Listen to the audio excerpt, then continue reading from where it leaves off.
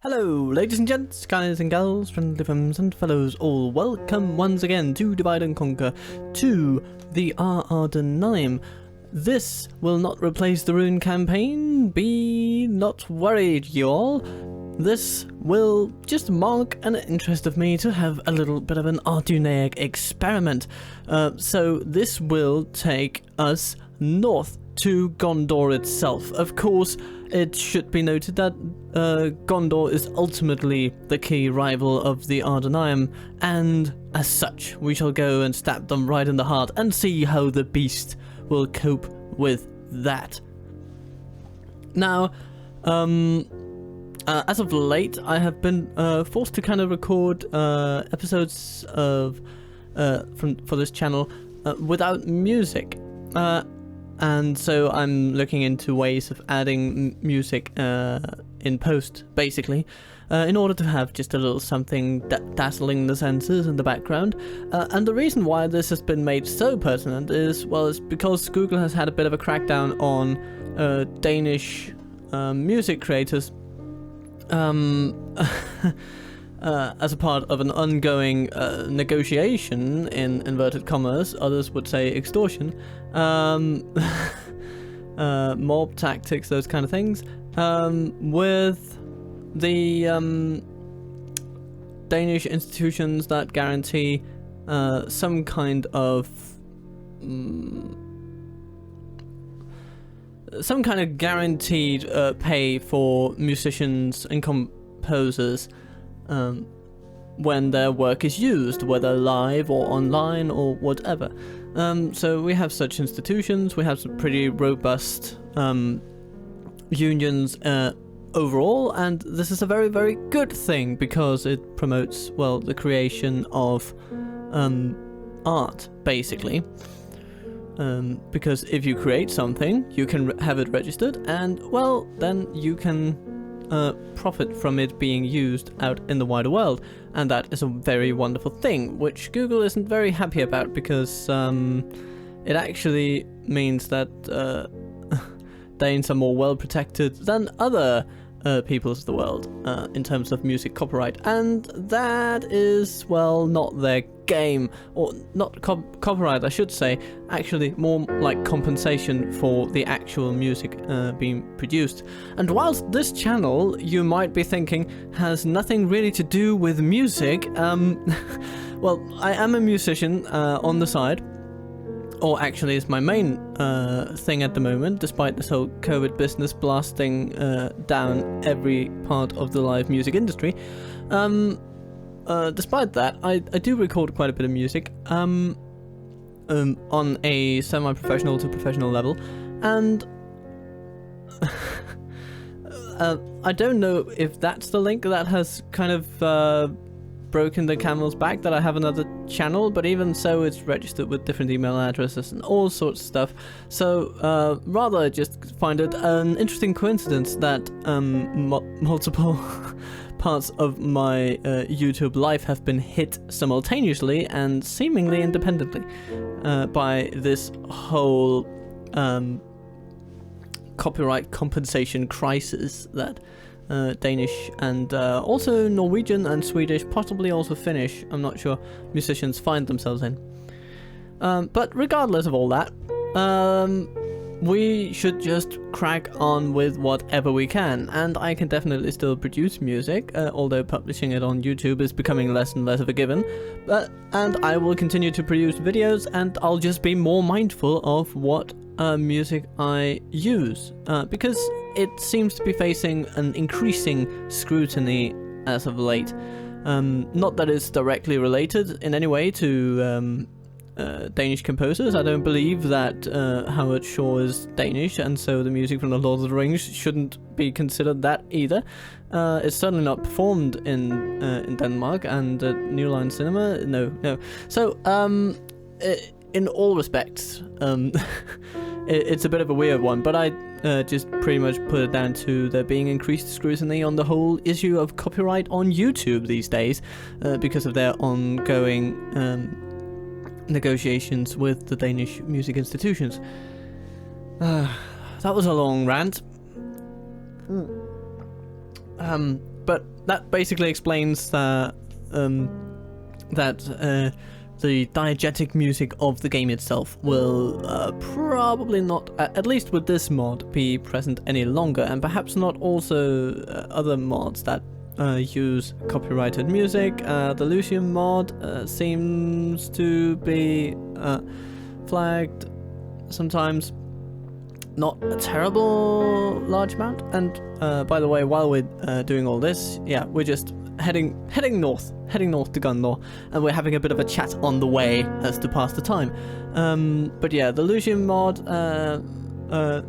some of the music seems to be sourced from public domain stuff. There's a certain of Beethoven's works that at least YouTube has licensed, enabling users from YouTube to use those specific movements from Beethoven's symphonies, and other classical composers as well, but of course only a very, very small sample of classical music, it must be said. So it is yeah, it is up in the air. I think the original game, the base game, and its music is not set to be any legal challenge whatsoever. That has not yet provoked any issue. Yeah. We'll have a look at... Yeah. So, another turn. How far will we go? Ar-Ardunaim tribes. Well. So that's all to say. Well, regardless, I hope you'll stick around, because I intend to have a lot of fun with this campaign. It's gonna be fun, I think. Let's see. So spy, yeah, it goes up there. That's all lovely, lovely and good. Skiliath, yay! Path blocked. Well, who's surprised? Not me. Gimmelcard and his navy. Up to Minas Tirith you go. Next turn will be the one to show where we will overthrow Gondor and throw out all of its leaders in tow. I suppose that Denethor will just be sitting around in Minas Tirith. Well. A drink of water though, that's really important. Especially because this is a blisteringly hot day. At the time of recording this, it is 31 degrees Celsius in Denmark, which is about as high temperatures as we are likely to get this year. And it's been hot for a few days, but especially just yesterday, Saturday, and today, Sunday, it's been especially egregious. And here we go, our Gimmelcard. Yeah. Let's do a Denethor, faction leader, Frozen Guard, Gondor infantry. Yeah, we're gonna take him out. That's basically what's gonna happen today.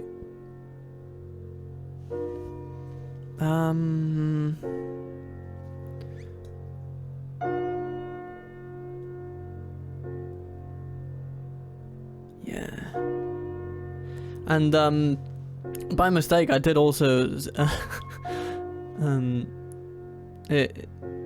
it seems that I have in my recording software set up where sadly it's not recording any of the game sounds, but they will return for future episodes. Don't you worry, don't you worry. Oh, Sacrocore is having a bit of difficulty there.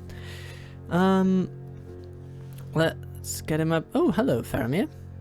Standing on the other side. I wonder, will he come over to Minas Tirith and defend his capital city? Or will he bollocks? Will he just stay in Ithilien and fend off Mordor host after Mordor host? I suppose we'll just hope he stays and fends off Mordor hosts, because that will just enable us to siege out Minas Tirith, because that is basically what I intend to. I've been in a bit of a two minds about whether to just go all in frontal assault on Minas Tirith. But the problem with that is, well, first of all, there's the garrison script, but that is the lesser of the problems.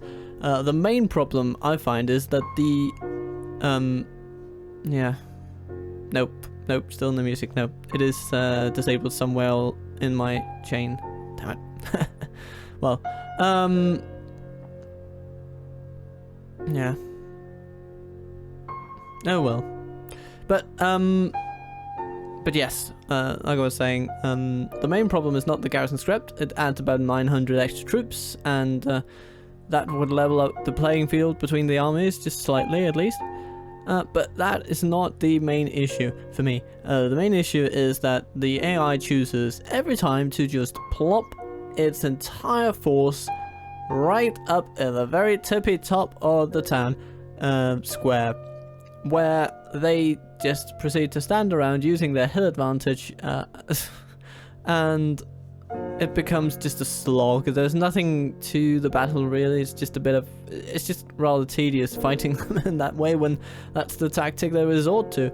If they manned the walls at the outer layer, and we'd have a bit of a fight on the walls and getting through the initial gate and kind of recreating some cool stuff, some cool not scenes, because the Ar-Ardunaim never they're obviously not a part of the movie, but recreating the feeling of assaulting Minas Tirith. But you know, you don't get the feeling that you're really assaulting Minas Tirith when you just pass through 6 out of 7 layers of the city unchallenged.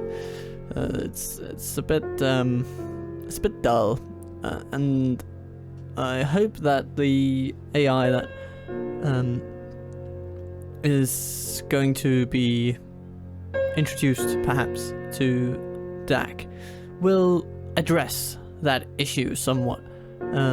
Maybe, we'll see. I mean, it's a fleeting hope I have. Oh, a new mission, Dol Amroth. Well, yeah, we don't really have much to bargain with until we take a town, so yeah, our diplomacy is pretty just scuppered. We can't really do anything with our diplomat until we have a region of our own. We can't do trade rights, we can't do map information. Yay, the finances are just ticking along because we're still a horde. And Sacre is very undiplomatic. Natural mediator though. All resulting in bugger all influence, so we'll have to it'll take a bit of time and work to get him proper going, you know? So it's no wonder he became a diplomat, but apparently he just swears a whole lot. He hasn't, without having any idea whether his words are offensive, he just throws about slurs against his against the people he engages with, which, yeah, that is a trait that you would not want a diplomat to have.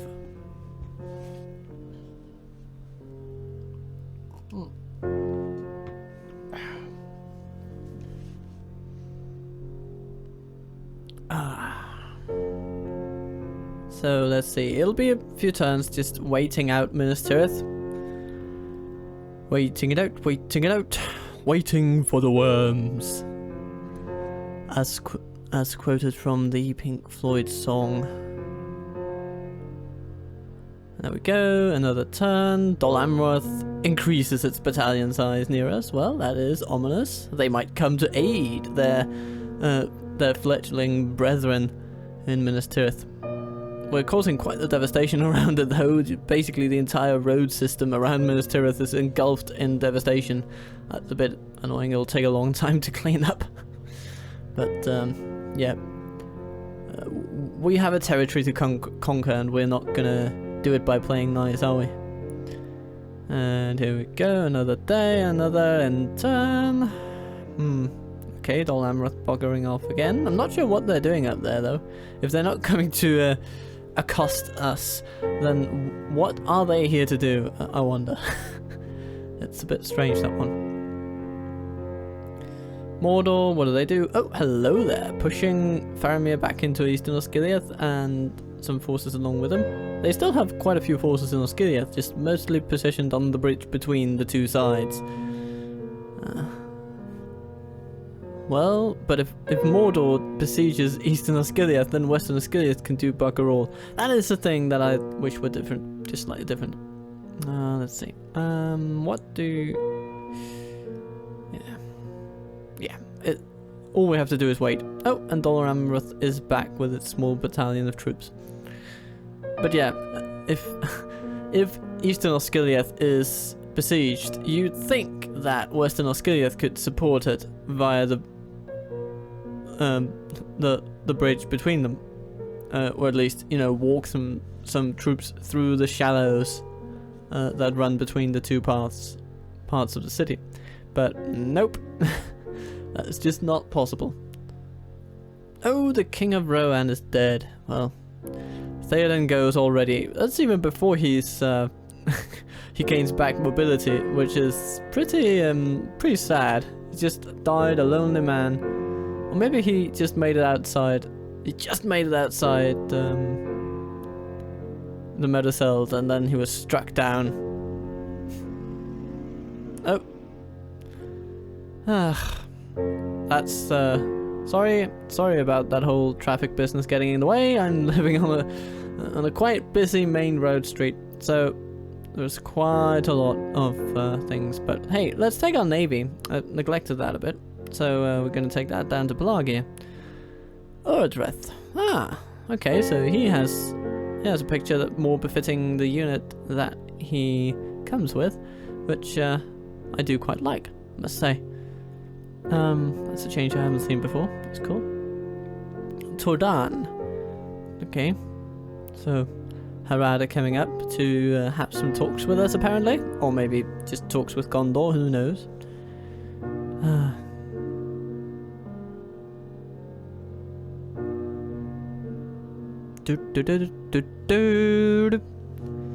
Easterlings of Rune. Oh, and the turn ticks along, but the wait will not be much longer. I think there's only a few turns until Gondor has to get its act together and actually do something against us. Lest we take their capital, but we'll just... Okay, hello, Dol Amroth. What are you doing here? You're just kind of hovering around, aren't you?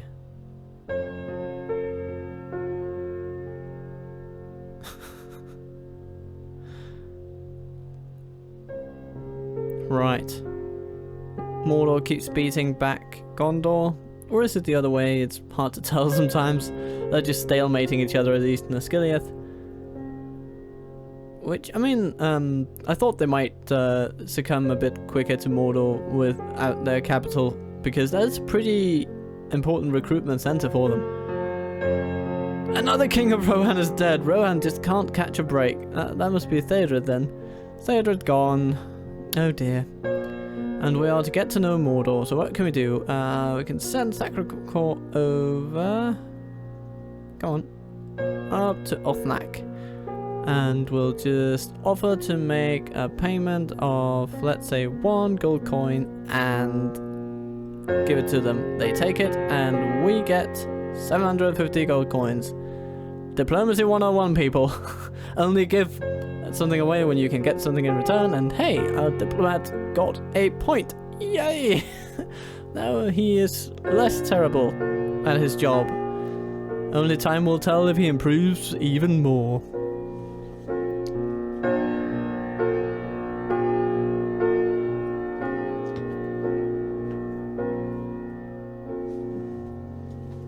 Okay. We come to it at last. The great battle of our time. Maybe. Oh, we have an article on the prowl there, I see. Coming for Osgiliath, maybe. Or maybe coming for Kyrandros. Who knows? It's a guard. Okay. Well, it's Temple Marksman. Okay. Kyrandros under attack. Da-da-da-da-da. Yada yada yada. Currently no missions, but yeah, let's end the turn.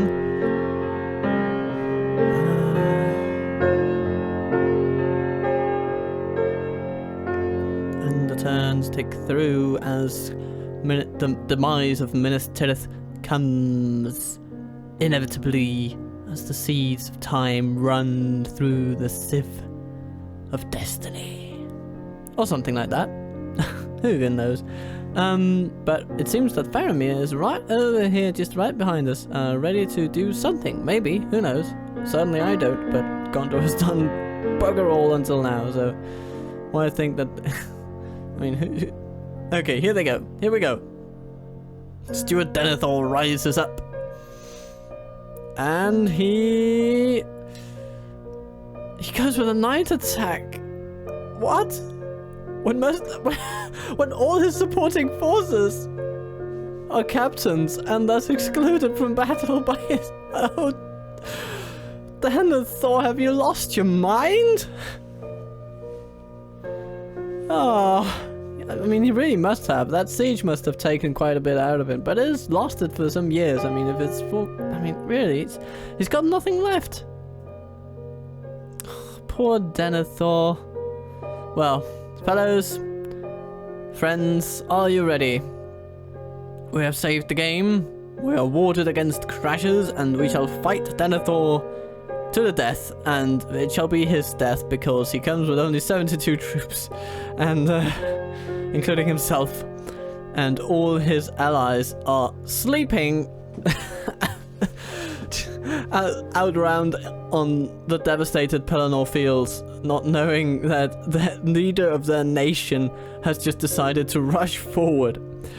So I guess what we're gonna do is just line up a lot of archers and all the crossbows that we have and just shoot the buggers. Because that's yeah, that's basically all we need to do here. They have quite a bit of armor, so we'll need a contingency if our arrows don't work. So, you know, halberds, get all into line. Come on, into line. That's it. Good. Let's see. They're already in range, actually. That's okay. They're pretty quick out of the gate, though. So they might get to us before I like them to, but if we focus our crossbows on Baruthiel's... or, sorry, on the General's bodyguard. Focus our Baruthiel's watch on the bodyguard, then we should be good. And we'll line up our heavies on the flanks, ready to run in and crush whatever comes. I've chosen a rainy night. Very dramatic indeed. And the arrows rain across the sky. The Fountain Guard. I mean, what are they even doing?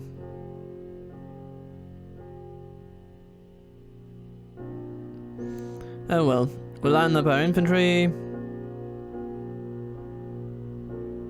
General's bodyguard just falling steadily. Increase the time. Come on, the battle time goes... Oh, Jesus, I mean, no one would survive that, would they? And they are being pretty soundly thrashed, it must be said. Though those Fountain Guard, they will withstand arrows like no tomorrow, so... Okay. Time to take control of this situation. After that volley, we're gonna take... Yeah, okay. Doing pretty good. Let's take all of our troops and just send them straight into the enemy. We're gonna ignore the Fountain Guard for now. They can just die to arrow fire, hopefully. Move the Brutus Watch. And there we go. Attack, attack, attack, attack, attack, attack, attack.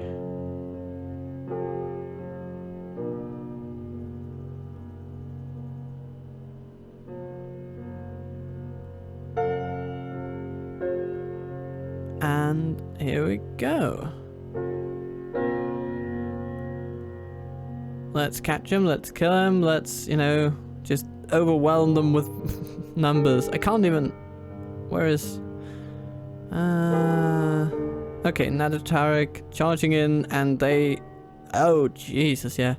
Okay, the Fountain Guard must have been softened up by the arrows fired against them, because they didn't like that. Just the low armor piercing attack of the Nadatarik was enough to bring them down. And here in the tumult of halberds just massing around the place... Denethor is nowhere to be seen. I mean, where is he even? I can't even see him. Yeah. He seems to... Okay, we might as well just speed it up. We're not gonna find him in this maelstrom of malice that has befallen him. We have lost almost no troops, which is wonderful. Gonna give it a few power boosties. Yeah. it's only Denethor remaining. Or at least it should be. And our army is just... yeah, it's impossible to locate him. With that blob of meat that's just crashing against meat. And we got him though. It's good. And we get an 80s freeze frame as the brave heroes have taken down the Steward of Gondor.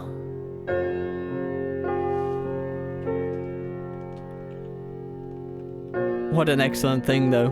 What an excellent thing.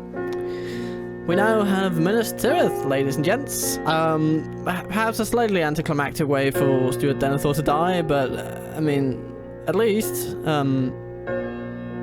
he didn't just stand up there and outside his great hall and just await with 1,000 troops for us to just mindlessly walk through. I mean, it would have stood us in far worse stead than this result, I can tell you. I mean, that would have been a great chance that we would have lost generals and a lot of troops, and it would be a lot harder to come back from that. We're gonna occupy it, I think. Yeah, absolutely. We do want to take it. So. Boom, ba-da-boom.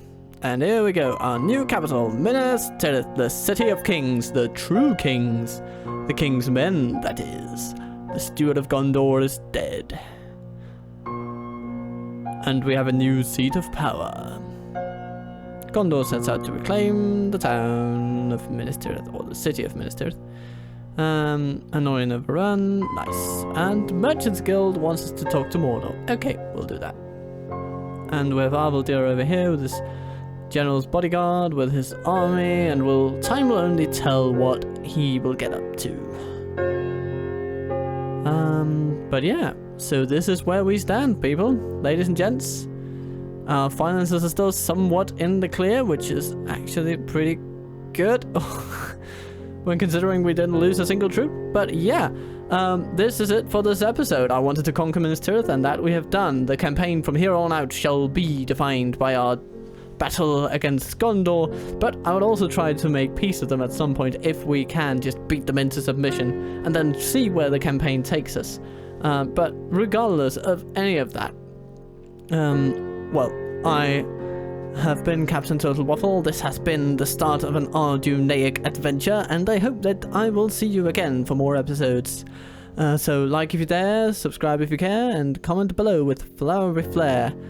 We'll see what Rothians get up to next time, and all other things. Ar-Ardunaim, Captain Total Waffle,